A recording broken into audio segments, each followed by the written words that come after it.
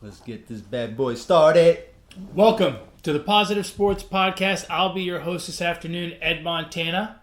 Alongside me today, my Labor Day celebrating brother, Alex. How you doing? I'm ready to preview some damn football. That's how I'm doing. As you can tell, I'm ready as well. There's no 21 on. Landon Collins is not even with the freaking Giants anymore. Why do you have a Landon Collins jersey? It's not a Landon Collins jersey. That's a New York Giants with the number 21. This is if Ed Montana played for the Giants, he would be number 21. But he doesn't.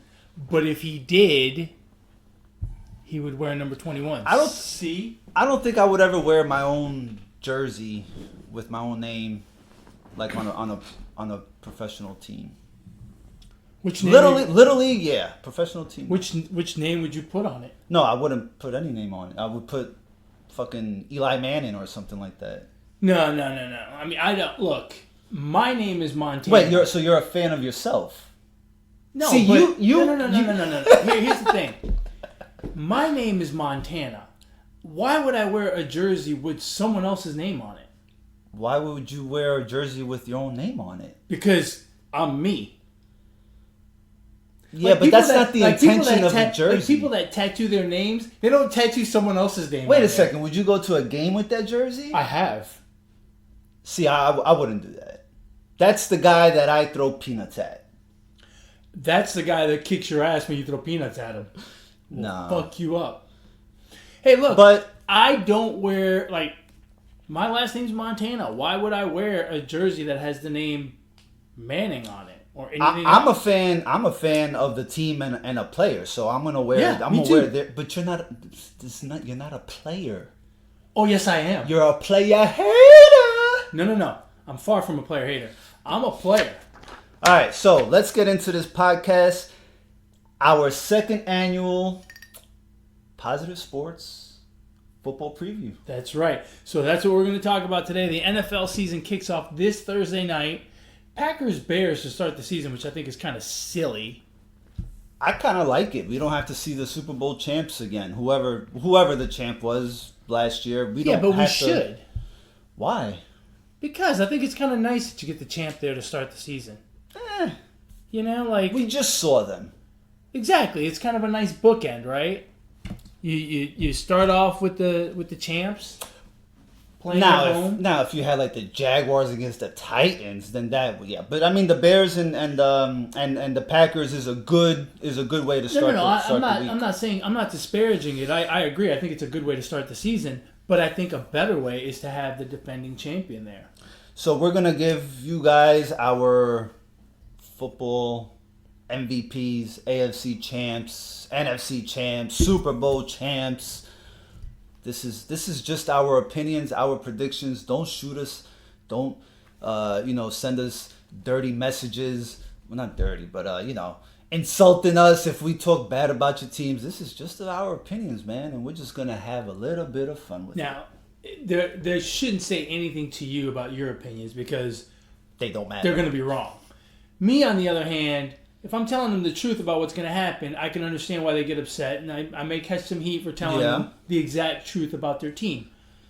I'm willing to bite that bullet. If they want to do that, they can email the show at positivesports10@gmail.com, positivesports10@gmail.com. If they want to reach me directly to insult me for being right about how crappy their team is, they can do that on Twitter at eMontana21. If you want to thank Alex for not picking your team to go to the Super Bowl, you can reach him on Twitter as well, at BrooklynGaucho1. With that, let's get into this juicy podcast. How you want to do this? You want to talk divisions? What do you want to do? Yeah, man. Let's just start with the divisions. Well, let's start in the home of the defending Super Bowl champions, the Patriots. Let's start in the AFC East. Sure. This one traditionally is the easiest one to analyze. Let me guess. You're going to pick the Patriots. Because how many years in a row have the Patriots won the division? 10? So many, I lost count. I mean, they probably lost count. Probably the only year they didn't win it was the year Brady went down, right? When he got knocked out in the first game of the season. Right. Yeah, well. And I think the Dolphins won that year. Yeah, I don't know. But, I mean, it's been it's been a long time. And look, I don't think obviously the Patriots are going to win the division again unless something catastrophic. How is that so obvious to you? Because the rest of the division is just not that good. I mean, they haven't really done much. You don't think the Bills are going to be a little better? No, not really. I mean, really? They were 6-10 last year. Yeah, they're going to be a little bit better. They'll go 7-9. I mean, I just don't see a whole lot of progression. It's weird because we should skip this division. It's weird because in other divisions, it seems like teams draft to specifically knock down the giant in their division, right? Like I remember years ago, the Texans were drafting to knock out, the Colts and the Titans in their division. That didn't work out too well. Well, they have. They they're the best team in that division, or they were last year, right? Mm-hmm. In the North, it seems like teams like the Steelers and the Ravens are always kind of drafting to compete with each other to win the division. You win the division, you make the playoffs, anything can happen from there. It doesn't seem like the characters in the AFC East are doing that. Miami still... Who's Miami's quarterback? I think it's pretty... Okay, we'll start with the Dolphins. The Dolphins are fucking this up. I think they're tanking. There's no way you don't start Josh Rosen to start the season. Yeah. And I think he's getting the wrong end of this stick. He got hosed in Carolina. The Cardinals, I think he's getting hosed here. I think he should be the starter. The guy needs a chance to at least prove himself, and he's not getting that. And that's why I think the Dolphins are completely tanking this season. Well, what's weird is, for some reason, that guy was thought to be a franchise quarterback, right? He was thought to be a first-round caliber, going to lead the franchise for the next 15 years quarterback before he got drafted. And it seems like as soon as he got drafted, all this stuff came out about he's a jerk and he's not a leader, and all of a sudden he was not the answer in Arizona. And so they traded him away, and Miami's like, yeah, he's our quarterback, and now he's not. It's like, well, what's going on? Either this guy is just pissing in people's coffee everywhere he goes, or is everyone just wrong? I would be a little pissed off and a jerk about it too if I didn't get a chance. If I knew that the team that I was playing for was not giving me a chance to showcase my talent, because the Cardinals were already set on who they wanted next season, right? So there's no way we're going to give Josh Rosen a chance to be this good because we know who we want. But I think the Cardinals are stupid because they could have at least played him more last season, and if he would have showed that he would have been, a decent starting quarterback, then maybe the value that they would have gotten back for him would have been a little higher. Who knows? But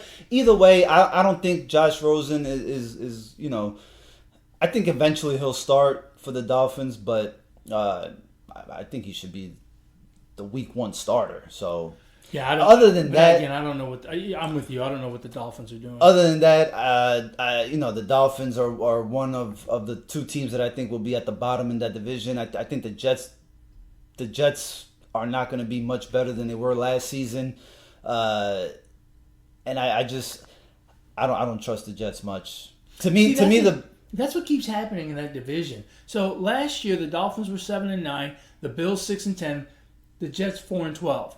And the Jets will get a little bit better, and the Dolphins will get a little bit worse, and the Bills will get a little.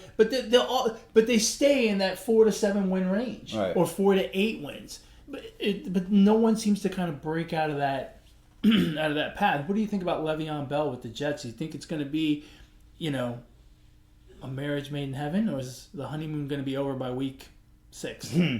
I think it's going to be this first year is going to be mediocre. I don't think it's going to go that great.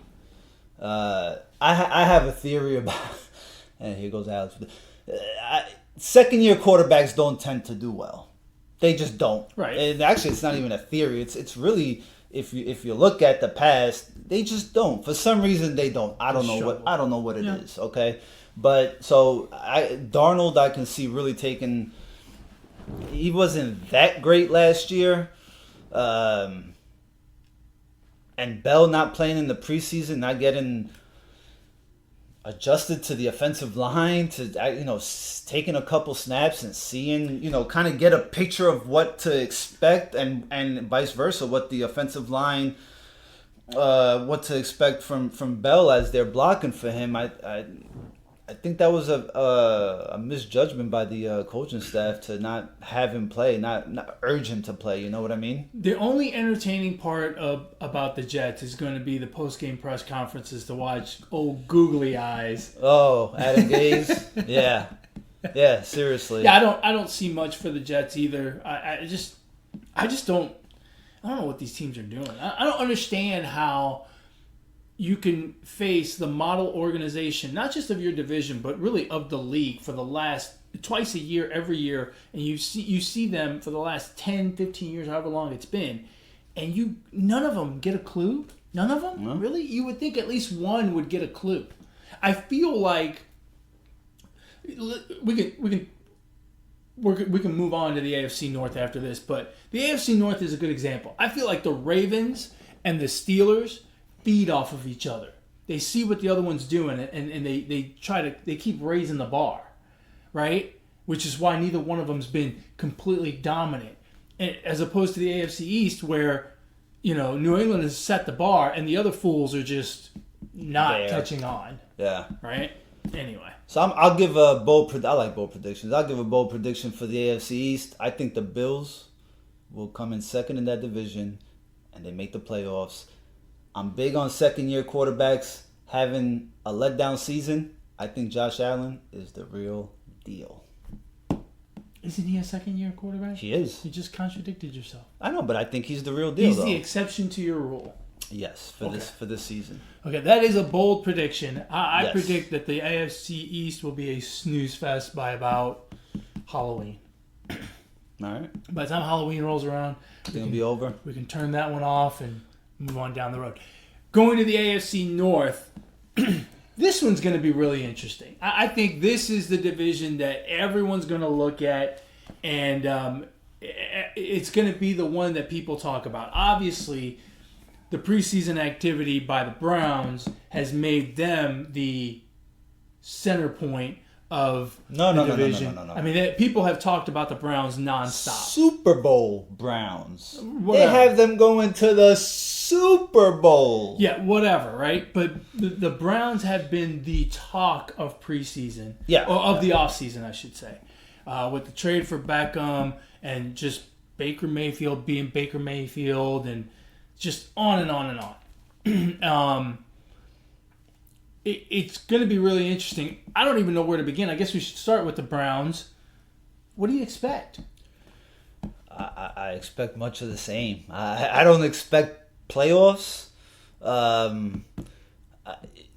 There's a lot of with that team, you're gonna have to watch for the locker room. It's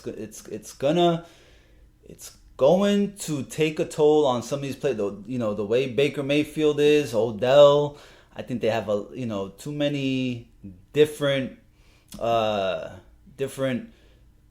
attitudes, personalities, and you got a first-year coach that's now has to try to, bring this all together. You only have 16 games. You don't have a baseball season to do it, So I don't expect much. They were 7-8-1. Yeah. 8-8.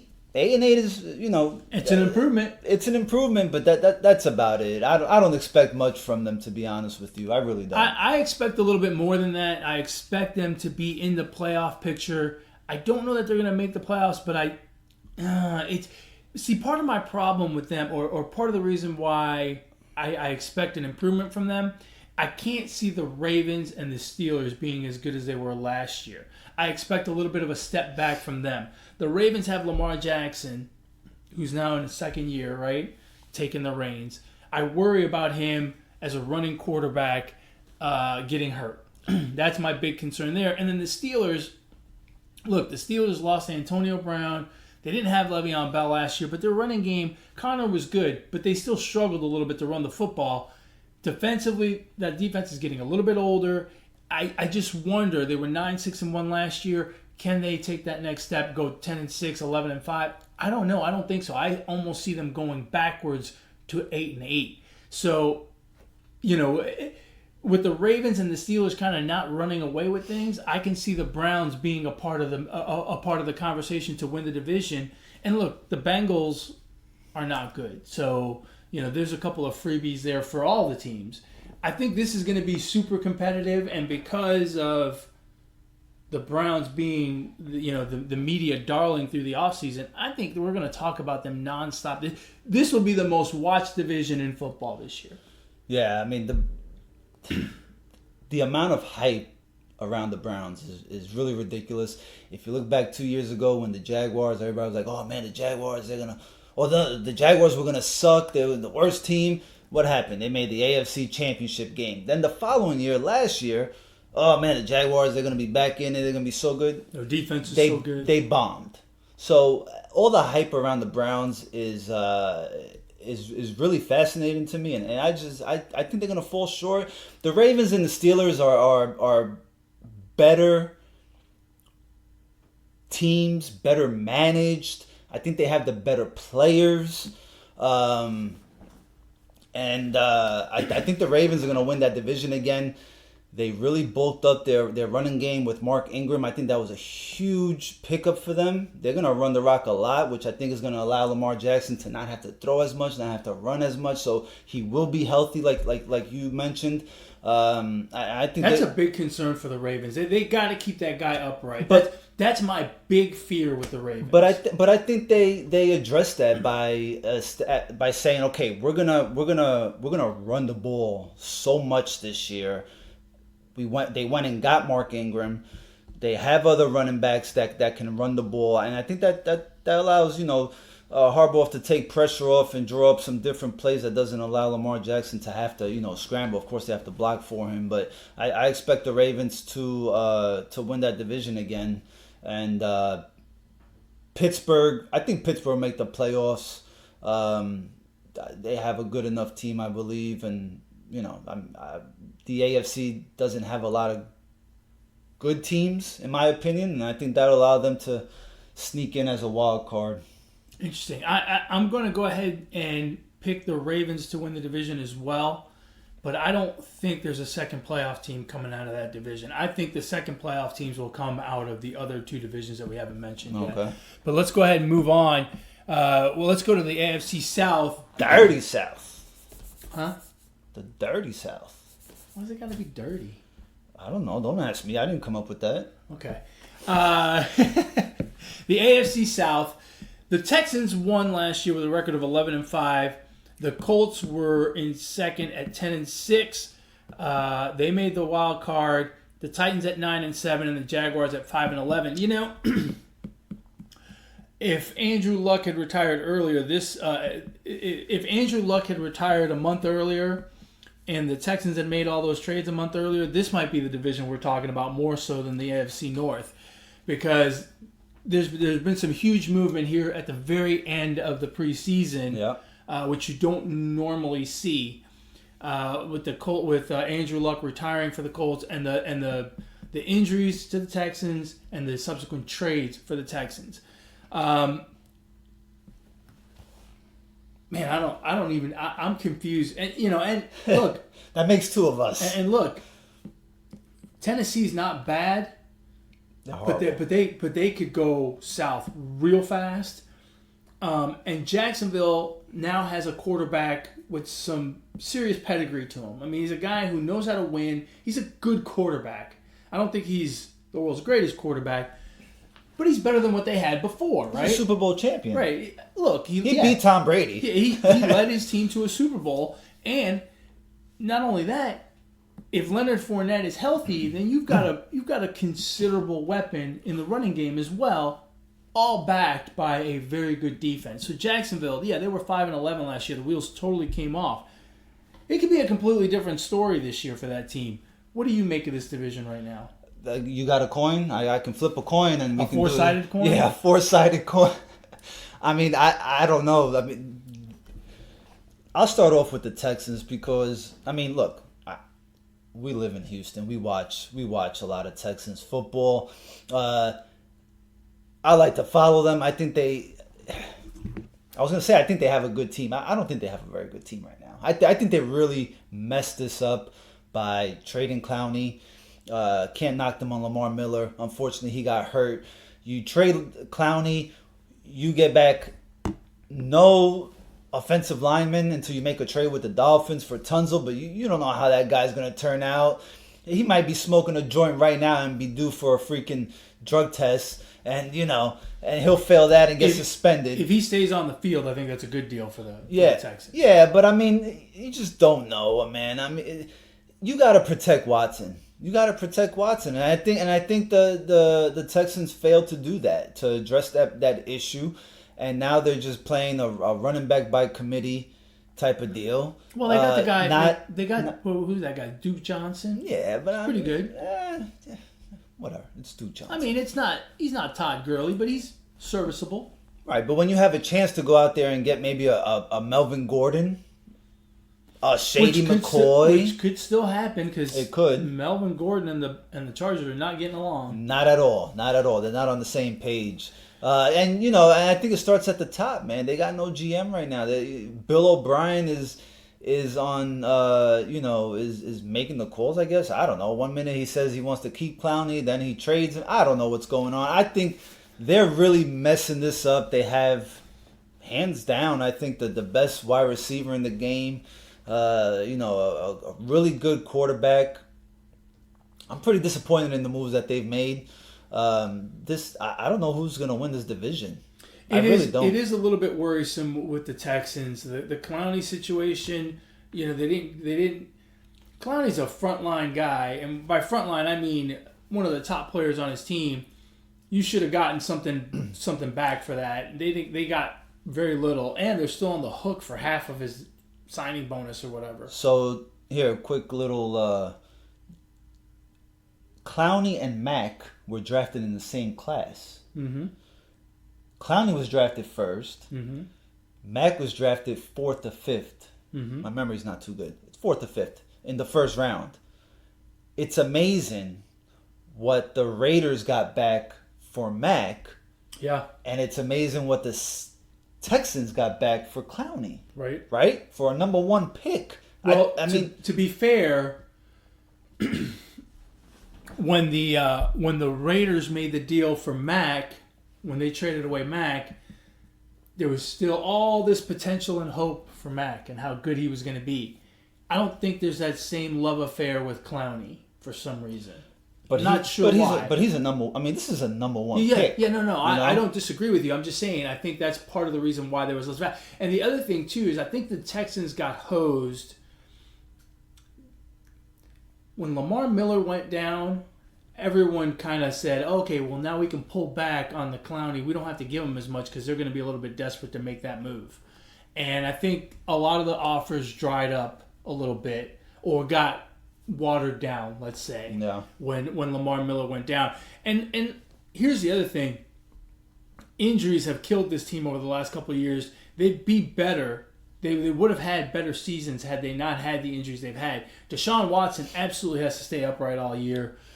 J.J. Watt has to stay upright all year. DeAndre Hopkins has to stay upright. They had a great receiving core to start the season with DeAndre Hopkins and Fuller, right? And then Fuller got hurt, and you could see the team start to struggle in the passing game a little bit. They have to stay healthy. It is imperative for them. I think, talent-wise, I think they're the best team in the division, especially now that Luck is gone. I think they're the most bold prediction? I don't think that's bold. I think that's pretty standard. I think everyone's saying it. I think talent-wise, they're the most talented. But between injuries and I don't trust Bill O'Brien, man, I don't know that they're going to win that division. No, they're not winning that division. Well, who's going to win it? The Colts. You think so? Yeah, look, absolutely. When you talk about talent, the Colts' offensive line is as talented. I think they're right there. They might be a season away from being as good as the Cowboys' offensive line. That's how good I think they are. Agree. I think Brissett could very well, do good enough to get them to the playoffs. I'm not saying they're going to go far and go to the AFC Championship, Super Bowl. Just get him into the playoffs. Definitely win the division. I think the Colts will win the division. They just signed Brian Hoyer from the Patriots, so that's a good backup, some insurance. And the Colts defense has really come around the past couple of years. We saw what the Colts did to disrupt Watson last year in the playoffs and in the wild card. And those are the issues that I think we'll see from the Texans, and those are some of the strengths that we'll see from the Colts this season. So I think the Colts are the team to beat in that division. I agree with you for the most part. My only concern is Brissett. Look, Andrew Luck wasn't just a starting quarterback. He was a top-notch quarterback. And he took him to 10-6 last year, coming off of missing an entire season with the shoulder problem. I expect he was only going to get better this year. I think last year we only got 90% of Andrew Luck. And Jacoby Brissett, I don't think is terrible, but he's not Andrew Luck. And I think they do take a little bit of a step back in the quarterback department. Now, having a great offensive line helps, but you still have the guy at the controls who's not as good as the previous guy you had at the controls. And let's face it, this is a quarterback league. But he doesn't have to be as good as Andrew Luck. He doesn't have to throw for 40 touchdowns and 4,000. He doesn't have to do that. If he can minimize his turnovers, interceptions, that's key. Then that could he could throw 20 touchdowns and that is 3,500 yards. That is certainly the key for the Colts. He needs to keep turnovers to a minimum and let the offensive line run block for him. Let their running game do it. Let their defense do their job. Let everyone do their job, and he has to be a little bit more of a caretaker. Again, I don't know if that equates to winning a division or not, but so who do you have winning the division? I'm at a toss-up. I'm at a three-way toss-up because I think the Jaguars are going to be a lot better than they were last year. Obviously, it's kind of hard to fall from 5-11, but Nick Foles is a significant improvement over Blake Bortles at quarterback. If Leonard Fournette is healthy, man, that's a formidable offense, and their defense was pretty darn good. The wheels fell off last year. But remember, 2 years ago, that defense took them to the AFC Championship game. So I need a three-way coin between the Texans, the Colts, and the Jaguars to really figure it out. Because it's a tough call between those three in my book. Imagine Nick Foles is the quarterback that the Jaguars have been waiting for their whole life. Well, look, that'd be great. They've been waiting for a quarterback for a while, so it's not surprising that they'll be pleased as punch with Nick Foles. Yeah. I mean, because it's a vast improvement.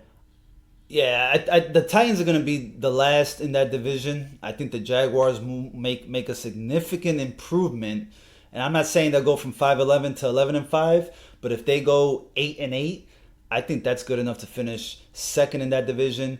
Houston's gonna feel it a little bit. I think they're gonna have a drop off, and I see them finishing about third in that division.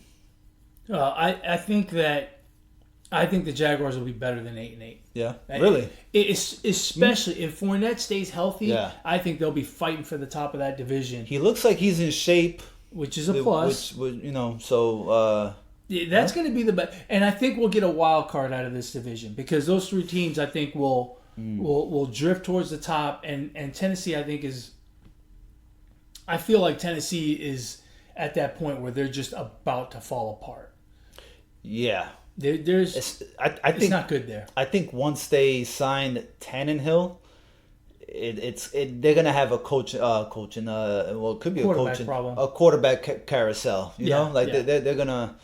And I think they're talking about playing both of them at the same time. That'd be great. Well, I don't think quite at the same time, but like two-system quarterback. But yeah, a two-system quarterback. Which, throughout history, how many teams have we've seen Super Bowl champions with two-system quarterbacks just over and over again. Yeah. You see it all the time. Right, it works so much. It works constantly. I mean, even in college, it works. No, you got a bold prediction for this division? You don't like bold predictions. I'll give a bold prediction. Jacoby Brissett is going to lead the Colts to the playoffs. That's it. That's all I got.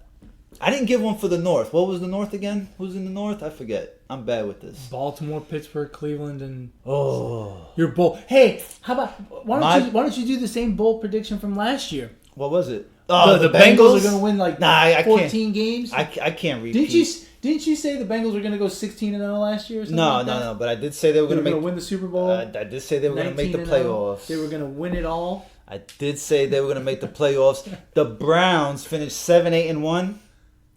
I think they go 6-10 this year. Oh, a step back. Yes. Wow. Yes.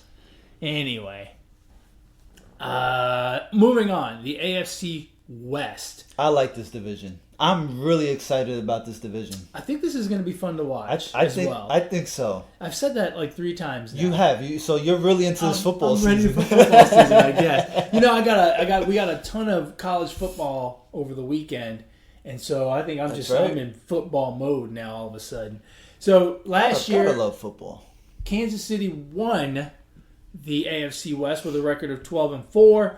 The Chargers had the same record, 12-4, but Kansas City won the tiebreaker. The Broncos 6-10, the Raiders 4-12.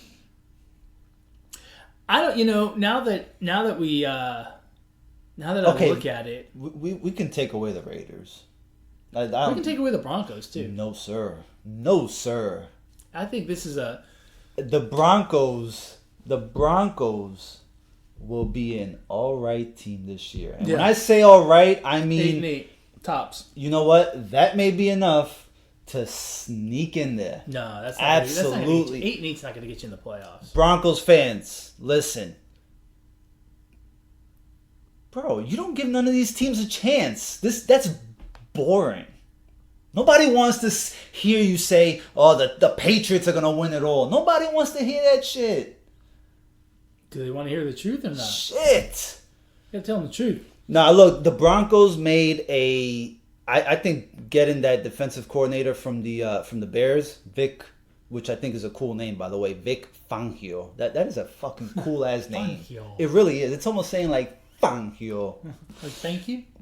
Nah, I think getting him is really good because I think the Broncos already had a pretty decent defense. So now they get a real defensive-minded coach.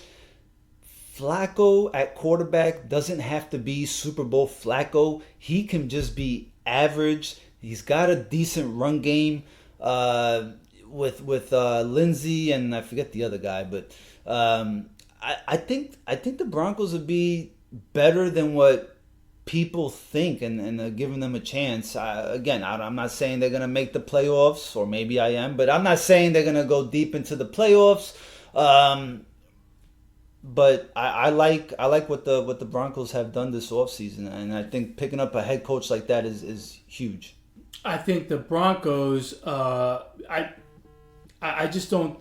It's just not too. They're not too exciting to me. They picked up a defensive mind for a team that was already very good defensively, so that's great, I guess. But their problems weren't defensively. Their problems are offensively, and you said it. Joe Flacco's all he has to do is be average, and that's exactly what he is. He's an average quarterback, and I think this is an average football team. Their defense is pretty good, yes. So they'll finish 8-8. Yeah, 8-8 is the best I see for them, and I don't think that gets you in the playoffs. Not in the AFC, actually probably not in the NFC either. But look, if we just went through 3 of the divisions and none of them really, no division stands out. 8-8 could very well get a team into the playoffs because we just went through the South and we said that's a toss-up. 8-8 will get you third place in this division, which means you have to be better than all of the other second place teams. Okay, no 8-8 coming out of the AFC East. I agree with you. They'll be an 8-8 or better in second place in the North. They'll be an 8-8 or better in the South. So no, I don't think the Broncos make the playoffs. I think this division is Kansas City's. Kansas City's going to own this division. They'll go 12-4, if not better. The Chargers, I think, will take a bit of a step back, especially with this Melvin Gordon situation. But they're still a very good football team, I think, and they will not regress to the point where they'll end up behind the Broncos. The Broncos to me are an average football team at 8-8. The Raiders, they'll do better than 4-12, but not much. The distractions of Antonio Brown, and I don't even know if the guy's going to be on the field because he doesn't have a helmet. I mean, it's just, I'm not quite sure. I think the John Gruden project is still a year or two away. So I think eventually it's going to work in Oakland because I trust Gruden, but In Oakland or Las Vegas? well, It might not ever work in Oakland. it'll be in Las Vegas, right? Because I don't think it's gonna happen anytime soon. But Kansas City is, to me, head and shoulders the best team in this division, and I think that the Chargers are a very clear second to me. This division kind of, I know I said it was exciting in the beginning, but obviously that's just I'm just coming down off the high of college football. Once I really look at it, I think everyone's slotted in, and we're going to get similar results to what we got last year. I just don't see much for those other teams, enough of an improvement to really take over that spot from the Chargers, and certainly not from the Chiefs. I think the Chiefs are only going to get better. Yeah, the Chiefs will win that division. I think hands down they got the best team in that division. Maybe all of the AFC. Yeah. And the Chargers, look, they had a great year last year. Phillip Rivers' career could be winding down. This could be his last or second to last season. Not having Melvin Gordon obviously helps. They finished 12-4. You know, his replacements, or backup running backs that they have. They're not Melvin Gordon, but they are sustainable.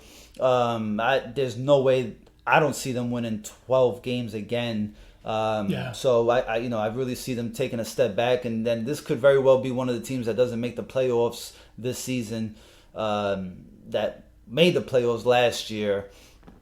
So see that. it's I think it's going to be a little tough for the and their season has kind of started off the same way as it did last year, with a bunch of injuries during preseason and training camp. So that eventually may catch up. It didn't catch up last year. This season it might. All right, let's move on to the NFC. The NFC East. Do you want to give an AFC champ now, or do we Playoffs wait? Playoffs at the end? We'll do playoffs at the end. Okay. The NFC East. So you got Dallas winning the division last year at 10-6, the Eagles 9-7, the Redskins 7-9, and the Giants 5-11. This division is a headache. You think so? Oh, it's so hard to figure out. I don't think it's that hard. I The Eagles are head and shoulders above. No, hold on. The Eagles are the best team in that division. I agree, but the Eagles find a way to shoot themselves in the foot because they were the best team in the division last year, and somehow the Cowboys made it through and actually won the division. True. I don't know what to expect from the Redskins, and I'm not even quite sure what to expect from the Giants. Yeah, those two would be 3-4, right? I would think so. I think the Eagles are the best team in the division. I said that last year. I'm going to say it again this year. I think I'm right both times. I think this year they will win the division. You were wrong last year. I was wrong last year. I will not be wrong this year. They will win the division this year. The Cowboys, to me, are the interesting team because they could come out of nowhere. Not out of nowhere, but they could come up and win the division from the Eagles. And they've got the whole Elliott saga going on. But if Elliott doesn't show up until week 6, might not be a bad thing. A fresh legs Elliott for the last 10 games of the season might be a good thing. I don't know. But if I try to pick a winner here, I've already picked the Eagles. But man, I could see the Cowboys coming in and taking it from them again this year. And again, I don't hold out much hope for the Redskins or the Giants. But you just gotta wonder. Yeah, I don't know who's gonna win this division, to be honest with you. I mean, I believe the Eagles are the better team. What I will say is that out of this division, we're gonna have two quarterbacks go head to head for the MVP. I really think Prescott and Wentz are going to have such a good season, and I think they're such good quarterbacks that they're going to be fighting for that NFC or for the MVP of the league. I think that's how good they are. Prescott has a huge leverage with the offensive line that he has, and his first 3 seasons he's had have been amazing in the NFL. Yeah. He had no sophomore slump. And I think Wentz is out to prove that, number one, he's healthy, and number two, that he deserves to be MVP. 2 seasons ago, his season was cut short in Week 13 against the Rams. You got a backup quarterback come in, makes the Super Bowl, goes on to win it. You got to feel a certain way about that. The following season, he's having a good season again, but kind of gets, derailed by injuries. I think he's out to prove something. I think both of these teams are going to go head to head in the division, and it's going to be because of those 2 quarterbacks that are going to have amazing seasons. Yeah, I agree with you. And again, I think when you look position by position, the entire team, I think the Eagles are better. Mm-hmm. But with these 2 quarterbacks going head to head, I could see either one of them winning the division. Yeah. I agree with you. So you're picking the Eagles? I'm still picking the Eagles, though. I'm picking the Eagles because the Cowboys sometimes find a way to just piss games away. Lose games. I don't know. This is a tough division. It's not even all 4 teams that is making it tough. Just tough. It's just tough with those 2. Now the other 2 teams do have interesting situations in that they have quarterback situations slightly different, right? In Washington, Haskins is going to get the ball. He's the man. You think he's ready? That's my question to you. Is he? I asked you first. Is he ready to take over the reins of an NFL team? Is he going to be a good quarterback? Because if he is, man, they could sneak into this conversation about winning the division. You know what? I don't think he's ready this season. He may be ready next year. But you can put fucking Joe Montana there. That team is so dysfunctional, from ownership to coaching. They don't know what the hell they're doing.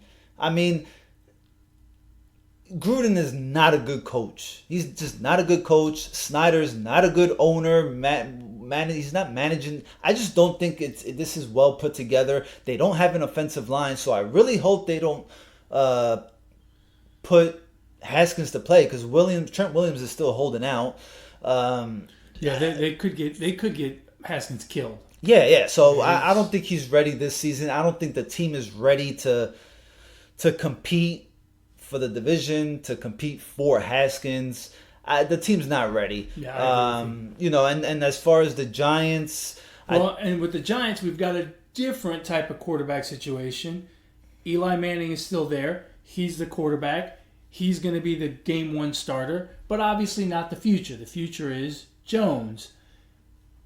Will Eli make it through the season? If he's not injured, right? If he gets injured, then obviously he doesn't make it through the season. But barring injury, does he make it through the season? Or at some point, do the Giants wave the white flag and hand the reins over to Jones? Well, I mean, I can see two different scenarios happening. Yes or no? Up or down? He goes about 4-5, 3-5, and I believe we'll see Daniel Jones between weeks 8 and 10. That's when I believe we'll see him. I think Eli will play okay, but look, this is very similar to Kurt Warner and Eli Manning when Eli Manning took over for Kurt Warner. So I can see that same scenario happening. Eli took over a little earlier, but I think it's only a matter of time before we see Daniel Jones at quarterback. Now, here's another scenario that could happen, okay? And the Colts could come calling. If Brissett doesn't do the job and Hoyer goes down, or if Brissett goes down and Hoyer's not doing too good, I mean, they could come calling and say, hey, we want Manning. Yeah, I don't think... Life comes full circle, man. I don't think the Giants would trade Manning. Oh, that would be the perfect situation for Manning because he goes to a team that is competing in a weak division. He goes to a team that has weapons. He goes to a team that has an offensive line. He goes to a team that has a quarterback, a quarterback coach. I mean, that would be out of the conference. I think that's the ideal situation for both. I'm not saying it's a bad deal. I just don't think the Giants would do it. I don't. The Giants love Eli, and I just don't think they're going to trade him or cut him or. Well, if it's one thing, they're not going to do anything. They're going to let Eli go on his own terms. Well, if one thing, just my thought. One thing is for certain is that we can't believe everything that Gettleman says. Right? He said we didn't re-sign Odell to trade him. 2 weeks later or whatever, they freaking trade him. So I wouldn't really put it past. I think with the Giants, I believe ownership has come to realization that it's time to move on. Now, it may be that they just let him finish the season as the starter and then, they don't sign him, they don't rework his contract. So you seem bored by this talk, so we can move on. Well, no, I just don't. I don't think the Giants are going to move Eli under any circumstances, and I think Eli's going to make it through the season. I think the Giants will be better than they were last year. Not much, but they'll be better, and it'll be enough to kind of hold off on the Jones. Plus, from what we've seen of Jones, he doesn't look ready to take over the reins, and I don't think the Giants are inclined to let him get his brains beat in for a year. I think they're going to coddle him a little bit. They're going to baby him a little bit, and they're going to say, why don't you go ahead and just learn from the sidelines? And quite frankly, I think that's the ideal situation. If he's going to be a top-notch NFL quarterback, I think 1 year learning behind Eli Manning is good for him. So yeah. I maybe that's wishful thinking on my part, but I feel like that's going to be the way it's going to shake out this year. And I think, quite frankly, that's the best way for it to work out for the Giants in the long term with Mr. Jones.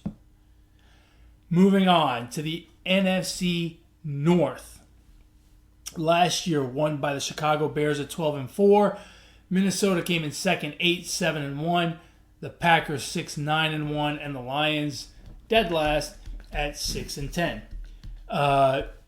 Obviously, the Lions win the NFC North this year, right? Obviously, from bottom to top. It's a no-brainer that they win the.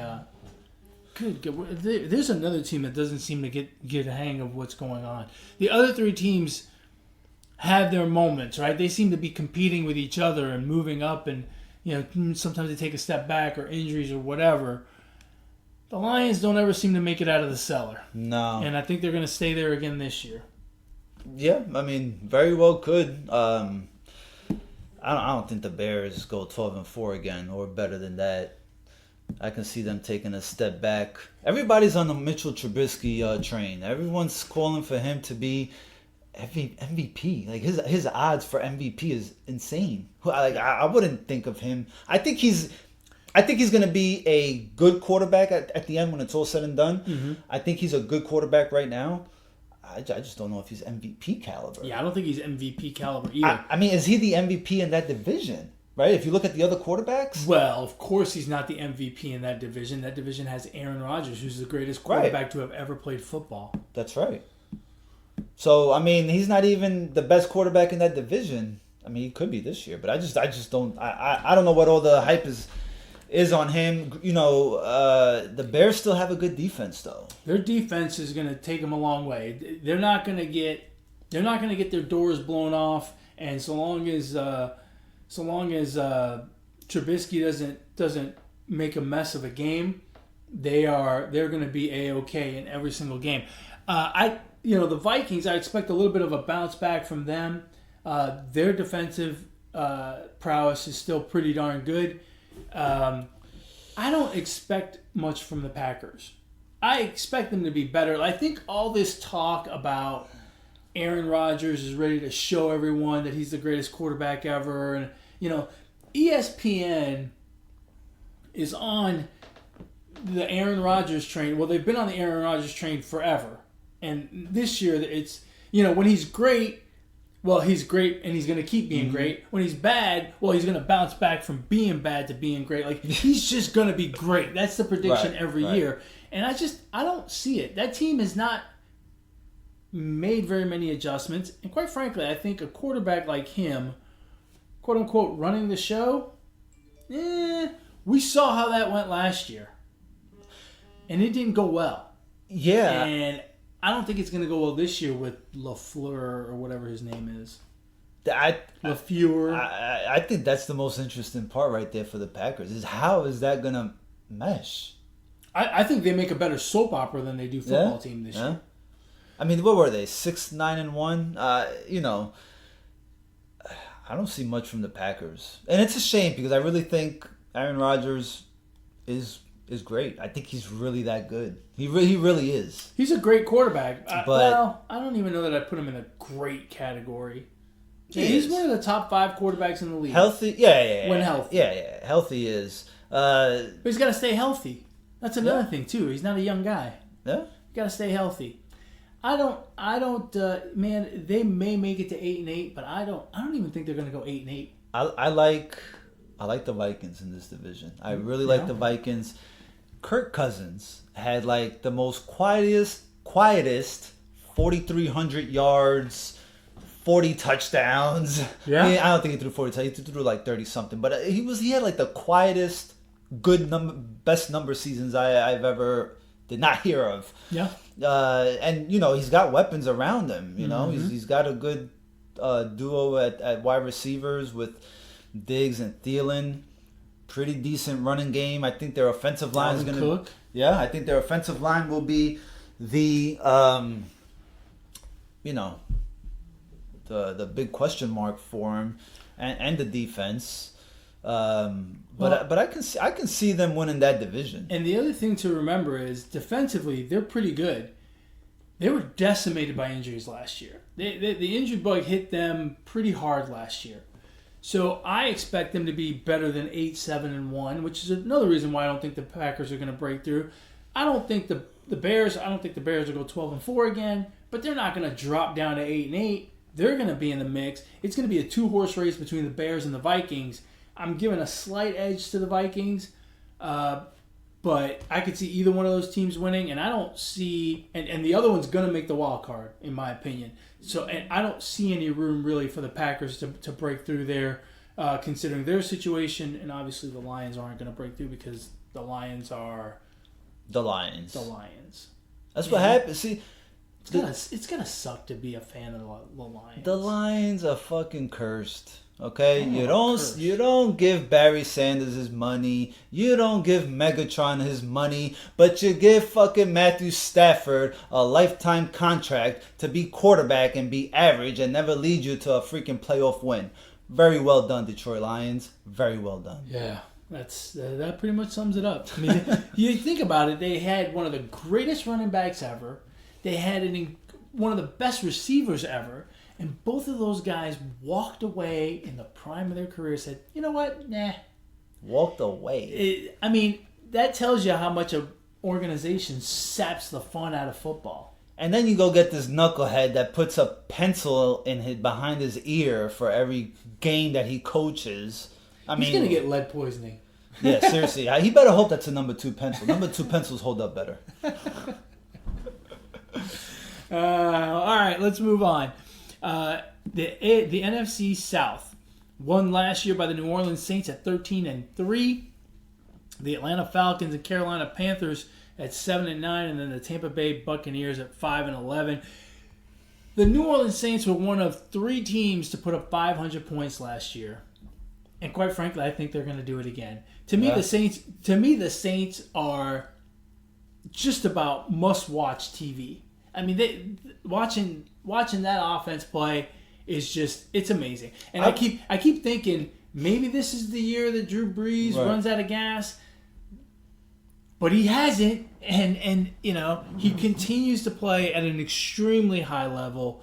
I love the Saints. I think they will run away with this division again. Run away? They won it by 6 games last year. Yeah, It'll be a little bit closer. I think than it'll that, even out a little more. but it won't be a 1 or 2 game cushion. Yeah. They'll win it. I think they can go 13-3 again, which means you got to get 10-6 just to be within 3 games. If you're the Falcons, Panthers, or Would you say Buccaneers? Would you say that the NFC's got some teams this year, so 12 of their games are going to come against the NFC. That's going to be, that's going to be tough. The NFC's a lot better this year than last season, and that division could really go either way.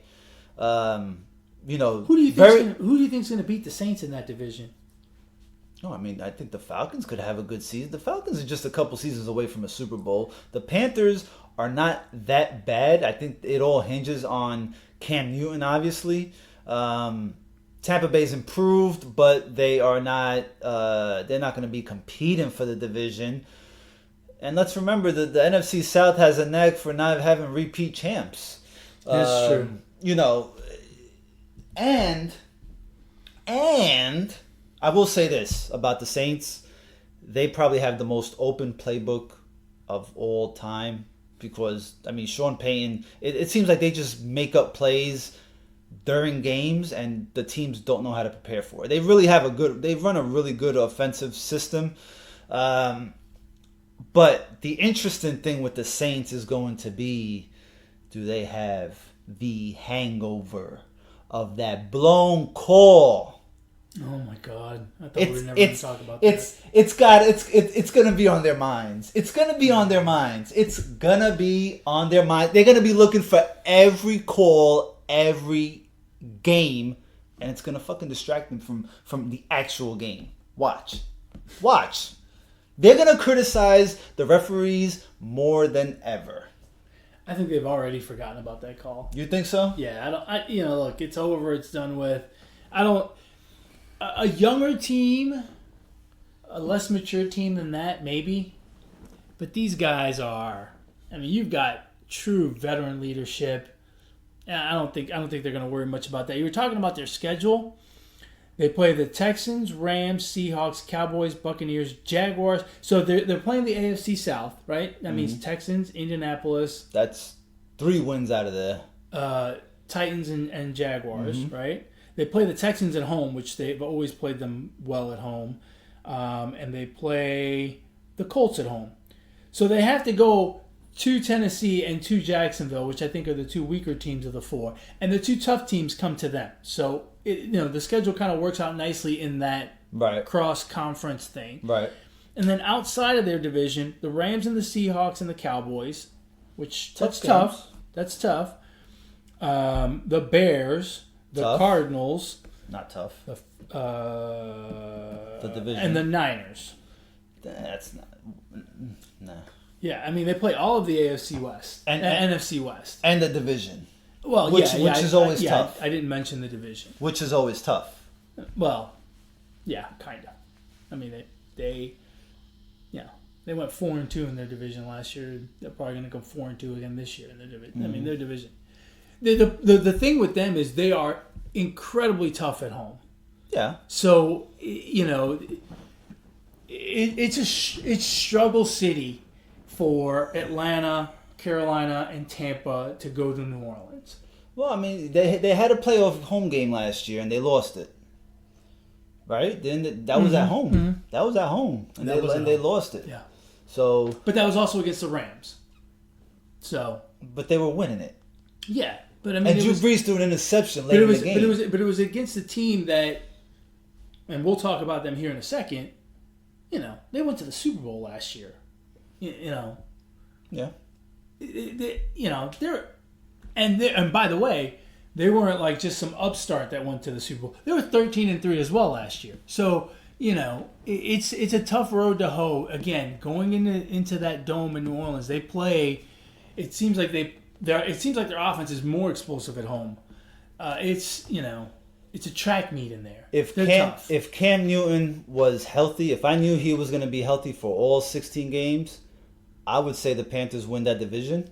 But I'm gonna say the Falcons. The Falcons are returned to be what we thought they were gonna be last season, and again, they're 2 years removed from making the Super Bowl. They have a great wide receiver. They got a decent run game. They have an overpaid but an okay quarterback, in my opinion. They also had a lot of injuries last year to the linebackers, their defense overall. So I see them coming back this year and I expect both of those better. teams. I expect both of those teams to be better than they were last year. Who's that? The Falcons and the Panthers. And the Panthers. Yeah. I just think the Saints are that good. That division is going to have three really good teams. I wouldn't be surprised if both wild cards came out of this division. Yeah. I mean, it's really, you got to win your division because the wild card is going to be tough everywhere. When we recap the conference, I mean, there's a lot of teams I think that could make the playoffs in the NFC, which I don't think we see quite the same thing in the AFC. But I will say this, even though I believe the Falcons will win the division and be better, but if they happen to, what were they, 7-9 last year? Mm-hmm. If they're treading around that, I can see their head coach being on the hot seat early. Like if they start off like 0-3, 1-4, 1-5, I can see. Yeah, it's Mr. Home Depot saying, "Hey, you're gone." Yeah. I'd be a little surprised because they are just a couple years removed from the Super Bowl, but I feel like the feeling in Atlanta is this is a make or break year. Yeah. So which is it's the same thing we have here with the Texans. I feel like this is a make or break year for the Texans. If the Texans somehow don't make the playoffs, injuries or not, I think Bill O'Brien may be in trouble. If the Falcons are not winning, who the hell is going to eat Chick-fil-A at that stadium? Well, nobody, because it's closed. Oh, yeah. My bad. Moving on, the last division we're going to talk about, the NFC. What's the last division we have left? The NFC West. If there was another division, we'd talk about that one too. Fuck yeah, we would. The NFC West last year won by the Los Angeles Rams at 13-3. The Seahawks finished second at 10-6. The Niners 4-12 and Arizona 3-13. I hate to sound like a broken record here, but this is another team that I'm excited to see, and I think will win this division handily, and that's the Rams. The Rams. I think there's sometimes there's a bit of a hangover from losing the Super Bowl. I feel like that's only going to fuel McVay to make this team even better. And I think Jared Goff, is a quarterback that we see him slowly. He's progressing. He's slowly getting better and better and better and better. And I think he's going to take another step forward. Not a giant step. I don't think he's going to light the world on fire. I don't think he's going to be Patrick Mahomes or Drew Brees. But I think he's going to be better than he was last year. And a quarterback that's a little bit better than last year on an offense that scored 527 points last year, man, oh man. Only good things can happen with that. And they still have Todd Gurley. Their defense is good. They've got the most impactful lineman in the business in Arnold.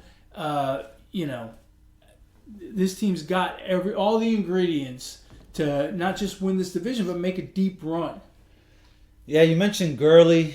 He's a question mark to me, man. I mean, he's a good running back, but health-wise, when running backs have knee issues like that can be kind of tricky, and he's young enough, but he's gonna get thrown out there. McVay's gonna play him, and but I don't know how healthy he's gonna be. I mean, the Rams are probably the best team in that division. They were 13-3. Maybe they'll be 12-4. 20-4 would be amazing in football. Well, if you count the preseason, right, exactly. Right? Yeah, you know what I meant. I mean, they should win the division. The Cardinals will finish last again, like they did last season. That's another team that I wouldn't play Kyler Murray at all the first season because I just don't think they're gonna protect him enough, and I think he's gonna be a bust. The 49ers are a very interesting team. Jimmy G, coming back after injury. He didn't play much this preseason, and someone I heard on the radio, someone said, I forget who it was. Otherwise, I would name them. But they were like, they said they didn't agree with the Niners not playing him enough because he felt like Jimmy Garoppolo needed to take that one hit. He needed to get hit to make to be mentally. To be mentally prepared, right? To say, okay, I got hit, but you know what? I feel fine. My knees are not broken. I'm good. And not only that, but he needs the reps. I think he needs as many live reps as possible. Well, he may not need that many reps because he did pretty decent for them when he got traded to them and got put in as a starting quarter. I think he just needed a feel for the game. Like I think he can be a good quarterback, but sometimes with quarterbacks, it's all up here. And what happens is you start second guessing yourself, and you don't play to your abilities. And I think that is one of the things that's either going to propel the 49ers and Garoppolo, or that's going to hold them back from being contenders in that division. And even if they are, they finished 4-12.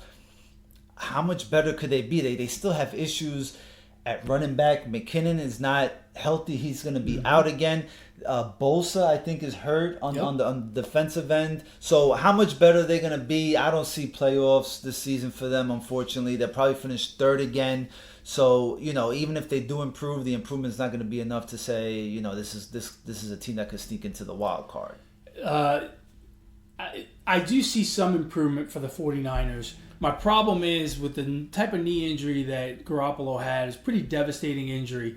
You usually, the first year back from that kind of an injury, they're still not 100%. And I don't think he's going to be 100%. I think he's going to struggle a little bit.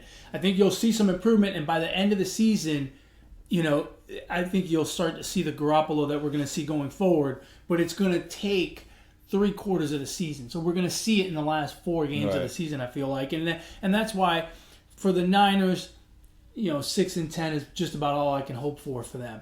As far as the Cardinals are concerned, the Cardinals still have a ton of issues. And I don't think, I hate to say stuff like this, but I don't think Kyler Murray is the answer. I think Rosen would have been better than Kyler Murray. Kyler Murray I just don't see it, and I worry that a guy that has a baseball contract in hand, he can always walk away and go play baseball. Yeah. And I feel like halfway through the season, he's going to realize this isn't for me. I can go play baseball, and I just don't think he's going to be the answer at quarterback. I'm not saying he's a terrible human being or anything like that. I just don't. He's not big enough. He's got great arm strength, but the way he ran the offense at Oklahoma is completely different to the NFL. I just don't see it. I almost feel bad for Kyler Murray because he's a star. Okay, he is. I know he's not. He hasn't done anything in the NFL yet, but he's a household name. Okay, I mean he just is. We've watched him in college and the number 1 pick now. I feel bad for the guy because he gives up the baseball contract and to play football, to play quarterback, and everybody says, well, he's so small, this and that. He's dumb for giving up the baseball contract. Look, if Murray would have picked baseball over football,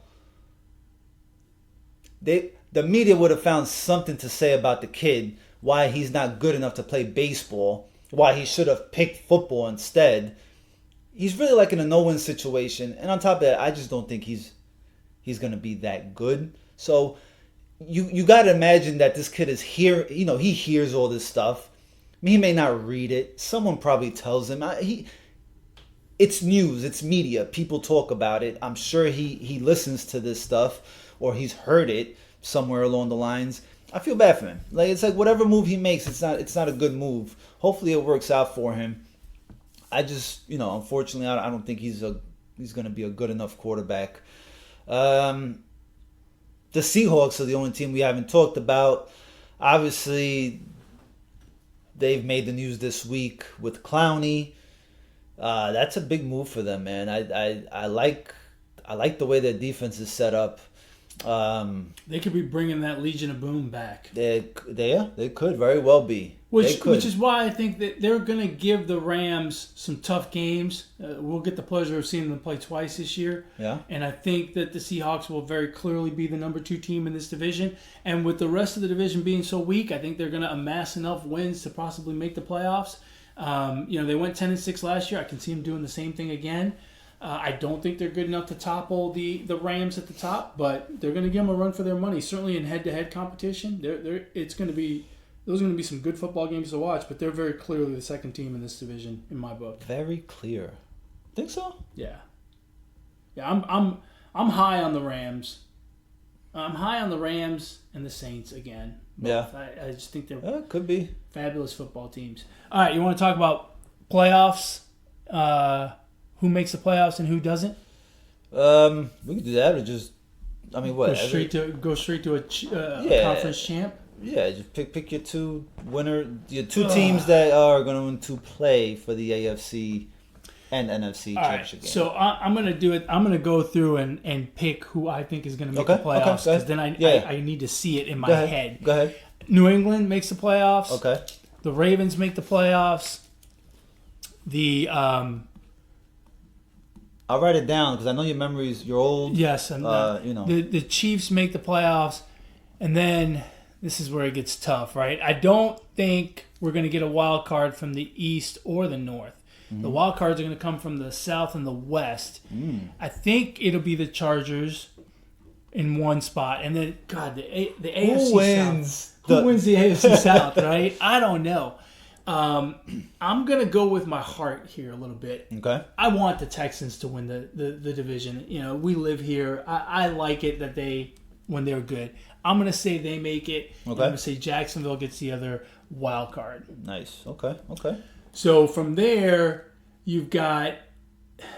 I hate to go. Who's going to be the best team? Who's going to have the best record out of those? I think KC will. You think KC? Okay. I think it's going to be KC in New England in the championship game, and I think KC will win the AFC. Okay. They will be the representative in the Super Bowl.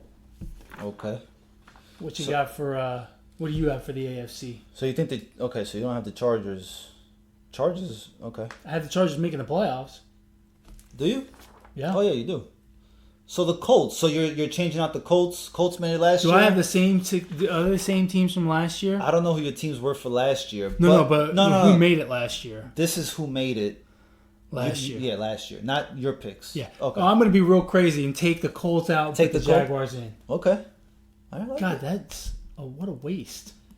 Yeah, but I mean, it is what it is. I mean, when you look at the divisions, though, I mean, there's not very good teams. When we get to the NFC, I'm going to pick all different. I think the NFC is a little more. Yeah. Be bold. Don't be bold. Be bold. Be bold.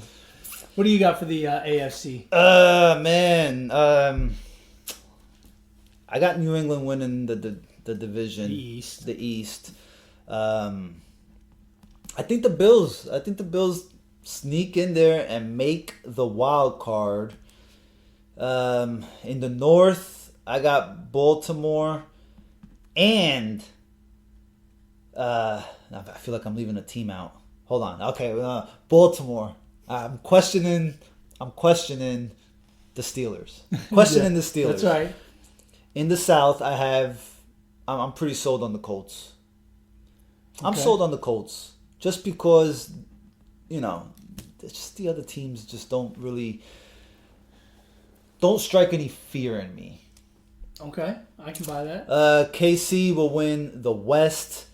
I got Denver making the wild card. That's it. Oh, shit. All right, that's it. Now, when we went through the divisions, you said Pittsburgh was I did. Buffalo and Pittsburgh. Yes, I did. So I did. Waiting for you to come up with more wild cards, and apparently you have. I have. But not, almost. I held back on Pittsburgh. Something about Pittsburgh just, I don't know. Worries you? I can see that. And God, really, when you look at it, when we go position by position, Big Ben better than Lamar Jackson. Juju is the best wide receiver out of those, right? Two teams. Probably second best, probably third best receiver in that division Yeah. behind Landry and Beckham Okay, but we're just talking Baltimore and AJ Green, probably fourth. and AJ Green. But he's got to stay healthy. Right, because he's Along hurt. with Tintin, Tintin. his quarterback. Oh, yeah. Running back. They probably Connor's probably the better running back out of Better than Ingram? Yeah. Maybe not by much. I would take Ingram over Connor. You would take Ingram? But you're right. It's really But it's close. It's close, I think. So, but yeah, whatever. Pittsburgh, sorry, man. Steel City. They're out. Bomb on me if you want to. I think KC goes to the Super Bowl. Who do they play in the championship? I think you didn't give me your team that they play in the I championship. said Kansas City, New England, and Kansas City topples. Kansas City and New England. I'm going to say Kansas City and Buffalo. Man. Fuck, I hate to pick New England, but it's New England. Yeah. I mean, you know. So we both have KC going Yeah. to the Super Bowl. Yep. All right. On the NFC side, I got to do the same thing. I got to have playoff teams. So I got Philadelphia, Minnesota, New Orleans, and the Rams. I didn't write down nothing you just said. I got for my division winner. So I got Philadelphia, Okay. Minnesota, Okay. New Orleans, All right. the Rams, All right. and then my wild cards are going to be the Bears and the Seahawks. Are you sure? You didn't sound too. I'll give you a second chance. Oh man! I'll give you another chance because Because I'm really torn with the. I'm not torn It's with tough. I'm not torn so much with the Bears. I think they will make it. Okay. I'm really torn with the Cowboys, the Seahawks, and the Falcons. Okay. And Are you gonna go with your heart again? Are you going to go with your heart no, again? I'm going to go with the Seahawks. That defense is too tough. Too tough. And then to the Super Bowl. Again, I think we're going to get New Orleans and the Rams again. And I think New Orleans is going to go this time. We're going to get repeat conference championship games, but the other team's going to win this time. It's going to be New Orleans. It's gonna be New Orleans. All right. I got the Stinky Philadelphia Eagles winning the East. I have the Vikings winning the North. This is gonna be a tough division. It is. This is gonna be a good division here. The South. I gotta go. I'm gonna go Atlanta. I'm gonna go Atlanta. No repeat winner of this division. In the West, I'll stick with the Rams. And my two wild cards are going to be... It gets really hard when you start thinking about wild cards. My two wild cards are going to be Chicago and Dallas. Seattle's going to fall short. Just a little short. All right. And who do you have going to the Super? Who do you have in the conference championship game and then the Super Bowl? I think we're going to see... This is tough, man. Shit.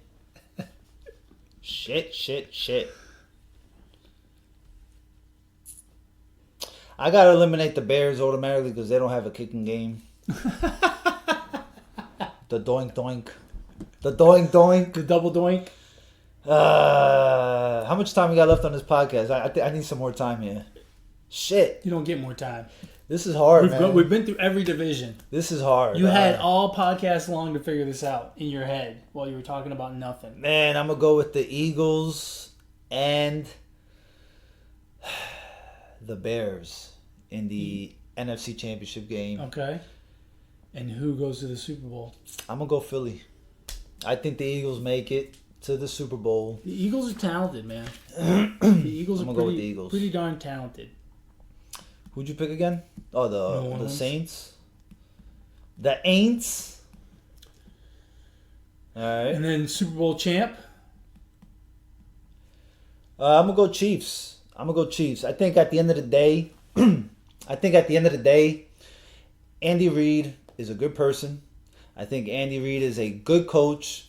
I think his time in Philly was great. It's a shame that he couldn't win a Super Bowl. The guy made the playoffs 9 out of 14 seasons.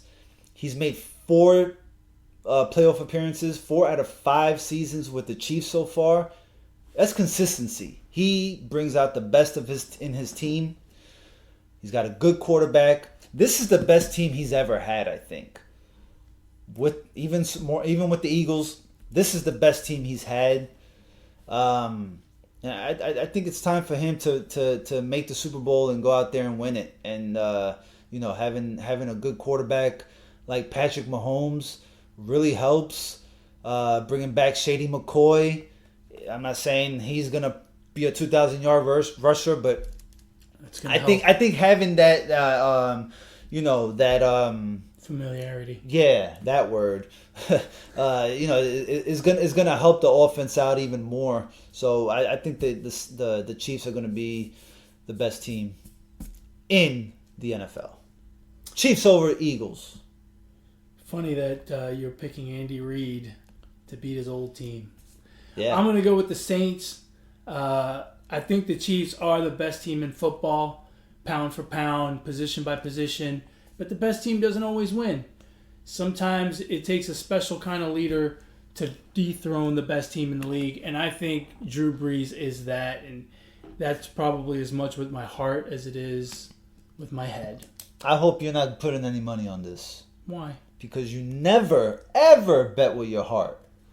Well, that's probably true, but I don't care. I'm still picking Drew Brees to win his second Super Bowl. I certainly hope he does it. Let's see.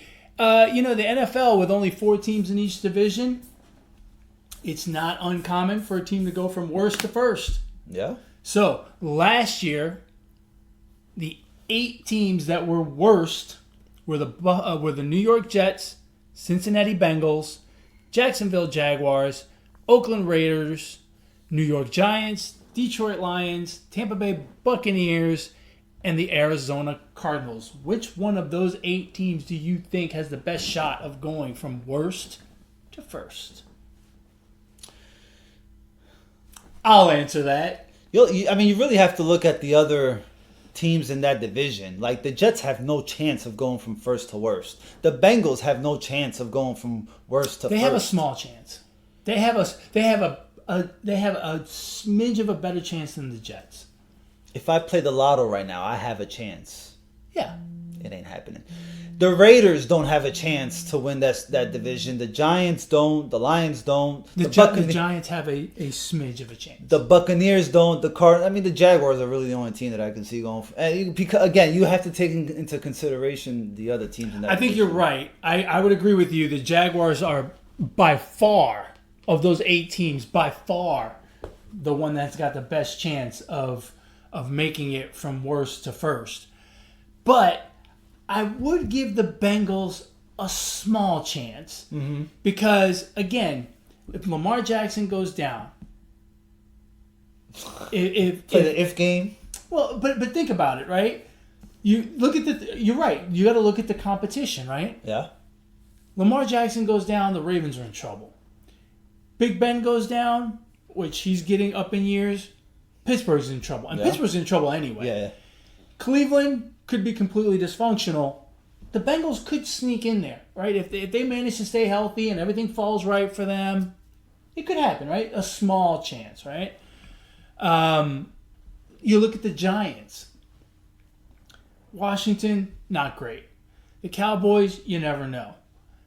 And the Eagles, while they're the best team, the Eagles find ways to give games away sometimes. The Giants get hot, it could happen. Dallas got hot last year when no one really expected them to, and they ended up winning the division. So I see a small chance for the Giants. Yeah. The Raiders, man, with Kansas City sitting at the top, it's hard to imagine that they could usurp that gap unless Mahomes went down. But even then, the Lions, they just have too many people in their way, including themselves. The Buccaneers have too many people in their way, including themselves.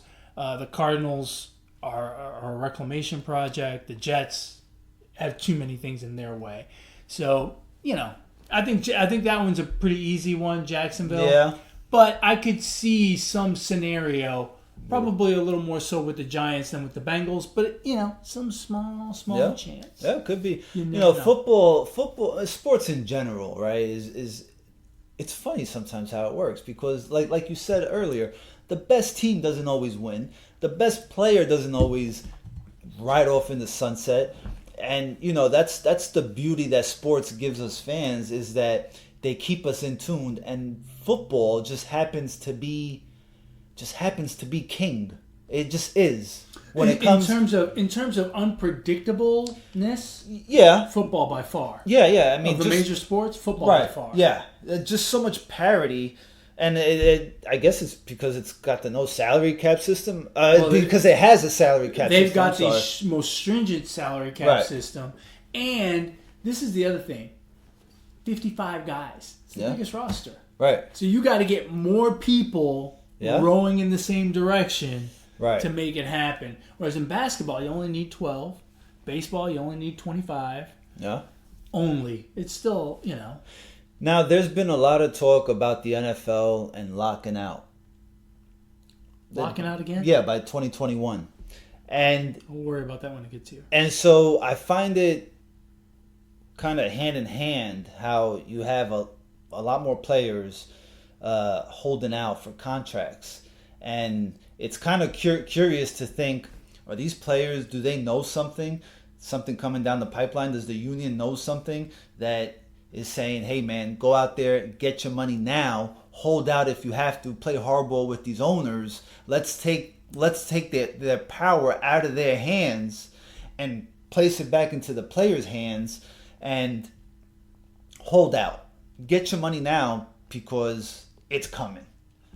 Yeah, maybe. Yeah, I really believe that. I mean, from a player's perspective, I would always say get your money because you just never know between injuries and potential lockouts and things like that.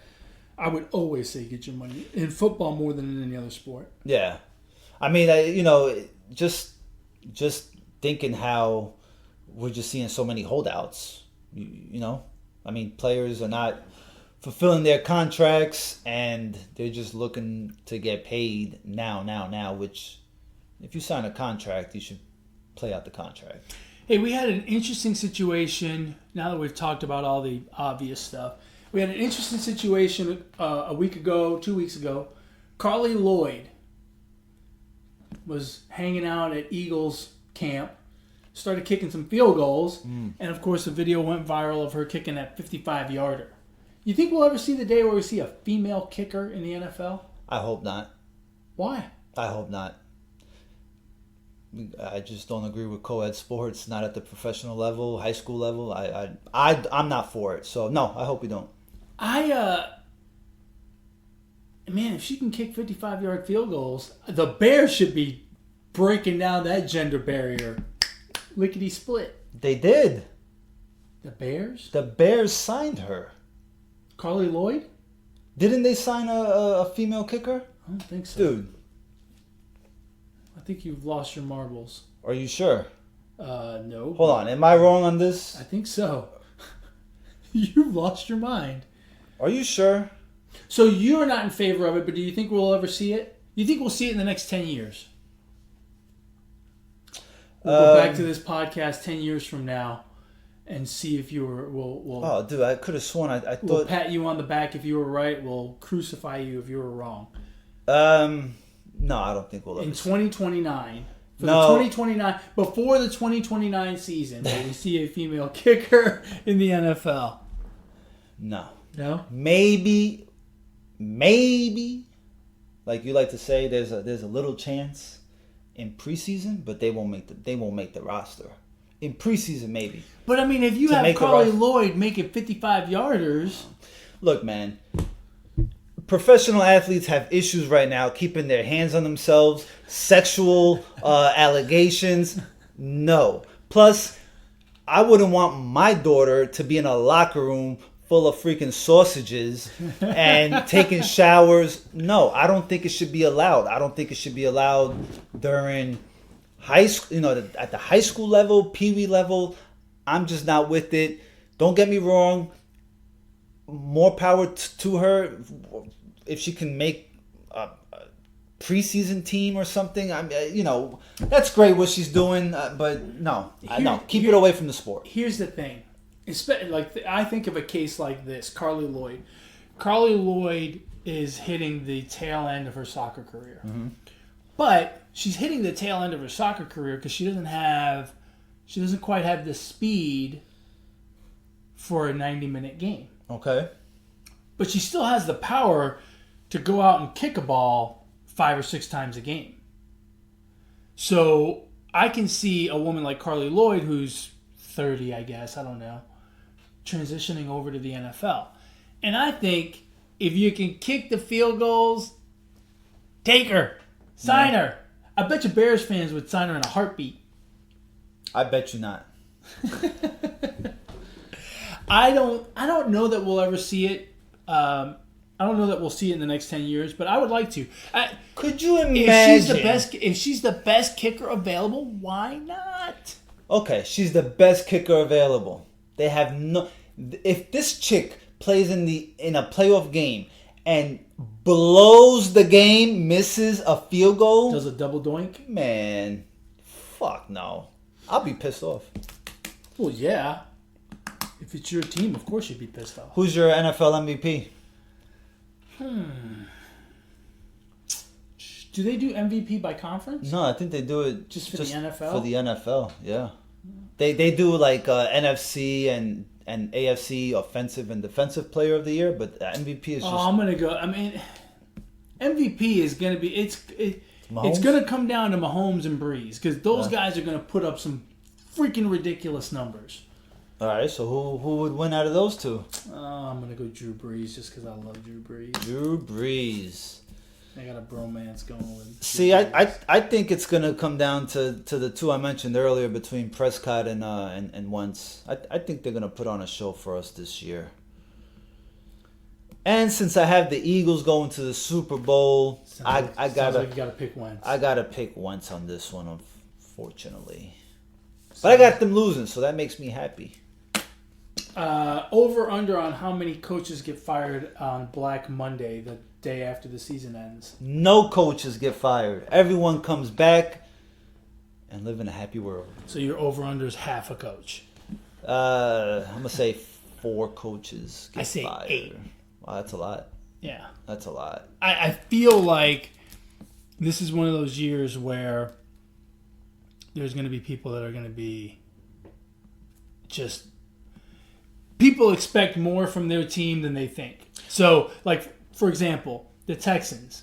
They don't win their division or they don't make the playoffs, O'Brien's gone. Tennessee, their coach is gone, period, I think. I actually went through this list earlier, believe it or not. I just feel like we're at a point where a lot of teams think they're better than they are. And they're going to start hammering some coaches if they don't. Obviously, there's only 12 teams that are going to make the playoffs. So there's going to be teams that are going to be disappointed.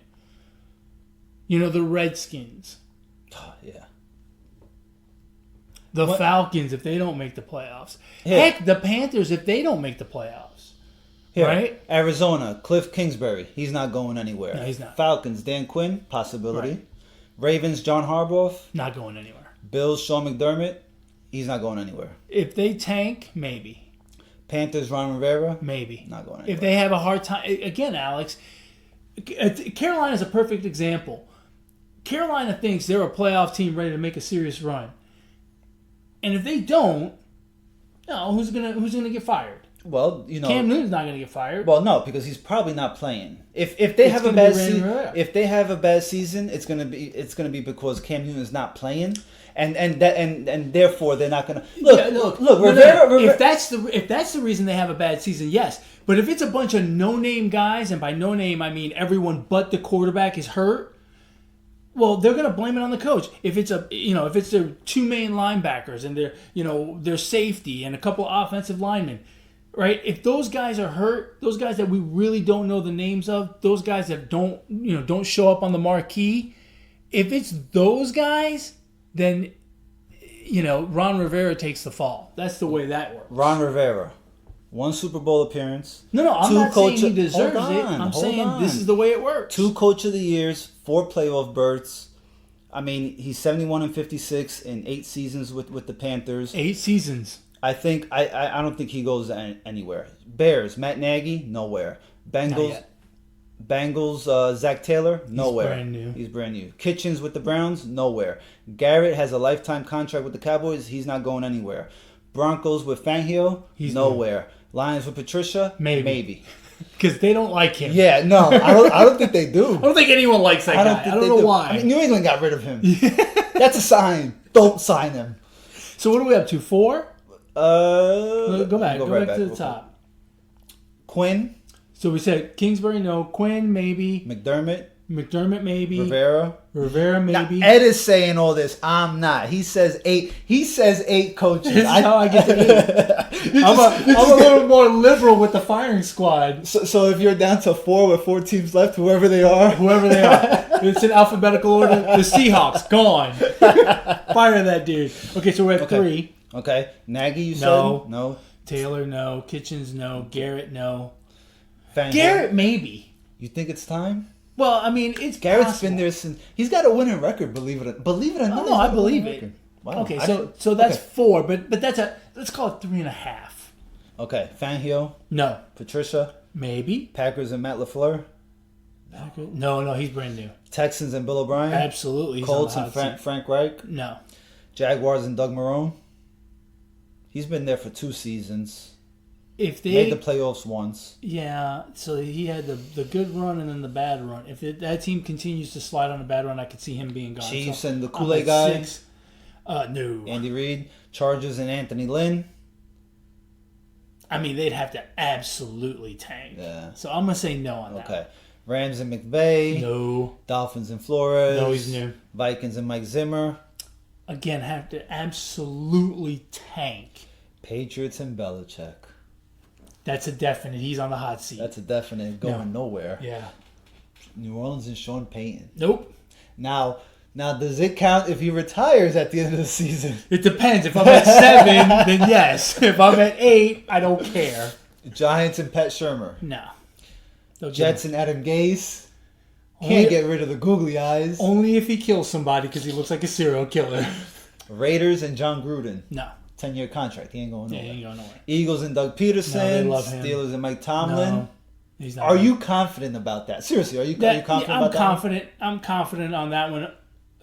I guess if the wheels completely fell off, I could see them going separate ways, but I doubt it. Okay. San Fran and Kyle Shanahan. Maybe. Really? Yeah. He's fairly new there. Yeah. Yeah? But okay. That could be. Seahawks and Pete Carroll. I mean, only if they completely tank, so I'm going to say yes. Yeah, I believe that one could happen. Buccaneers and Bruce Arians. No, it's his first year, right? Yeah. Titans and Mike Vrabel. Absolutely. Washington and Jay Gruden. Absolutely. So that's 10. That's 10? That's 10. But I've got some guys in there that it would have to go completely sideways for them to get fired. Yeah. Wow, that's a lot, man. That's quite a bit. 8. That's a lot of. That's quite a bit. Yeah, that is. Shit. But you just never know, man. You just never know. What else in the football world? What else you got, man? I don't want this podcast to be over. I don't have anything else. However, I am ready for some football. I'm ready for football. I am absolutely ready for some football. I will make sure I get out of work early Thursday, get everything done, put the kids to sleep like at 5 o'clock, and get ready for some football. The problem Thursday is I have a commitment at my son's school. It's Dad's birthday and opening night. Opening night for what? Football. Oh. Now, what kind of commitment is this? Is this like a parent-teacher? It's like a open Please don't house. Tell me he's in trouble already. This No, is too he's soon. not. Okay. It's an open house? Yeah. Okay. Which I may be able to skip because, if he doesn't know where his classes are by now. Yeah, I mean yeah, you're failing. Yeah, that's Not to mention, we've been in school for damn near a month. Yeah. So if he doesn't know where to go by now, See, I gotta make the call to the bullpen. Bring in the lefty. Honey, I gotta work late. Listen, the parent teacher, the open house of parent teacher is at 5:30. You know, it's an hour. You have to be there. Yeah. Please make it. And then while I know, so I know it's an hour, and then I come home like around 6:15. Just early enough To watch to get the the pregame, but get the tail end of I couldn't make it. I just got home. that sounds like a foolproof plan, except for the fact you just told everybody what it was. That's okay. They can copy me. All men listening. All the men listening. That's what do you right. call it? So who wins that first game? It's Packers Bears. Yeah, In Chicago. in Chicago, I'm gonna say the Packers. No, the Bears. The Bears win You it. said the Packers. I didn't fully say the name. I'm gonna say the Bears. I'm gonna go with the Bears as well. I'm gonna go with the Bears. If I think they're gonna have a good season, they got to start off by winning. I don't like when these two teams play this early. I like them to play more in November and December when it's cold. Possible chance of snow. Exactly. That's a good old fashioned football game right there to me. You know, I almost feel like football should start later in the year.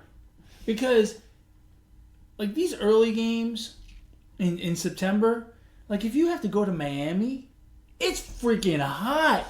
Well, that's why nobody goes to their games. Well, no, They already no one goes to their games because they suck. But, you know, like, it's hot. And I like games in the snow. I almost feel like they should move the season back just a couple weeks. Just a couple weeks. Yeah. I obviously I like snow games, but I just want to see. I'd rather see a cold weather cold game, right? snow. Because I'm not the one that's getting hit, so I don't No, care. I just want to see other teams. Warm, nice and Yeah. cozy on my couch, drinking a beer. Exactly. All right, man. What else you got? Shit. I think sounds like we're done with this one. This is our longest podcast It is. ever. I hope we did not bore anybody. If we did, let us know. If we did, you probably didn't get to this part Yeah, I of was the going podcast. to say they probably turned it off by now. Yeah, So yeah, go ahead and give them all the info now, so they can get. I all gave this. it to you. Gave it to them already. I don't. Sure, reach out to us now. We dare you. We hope you're still around. That's right. What podcast is this? This is 90. This is 90. Famous number 90. Real quick. Fuck if I know. I don't know. Neil Smith. I don't have a name. Clowney. Jadavian Clowney. He's There the you most go. recent one. He's the most recent, therefore the most famous. Recency I bias. I can't- I can't think of a good 90. I'm sure there is. I'm sure we're missing somebody. Yeah. Oh, well. Whatever. All right, man. Well, that's all I have. I hope you guys enjoyed our NFL 2019 preview. As always, folks, ignore the negativity. Be the positivity. Peace.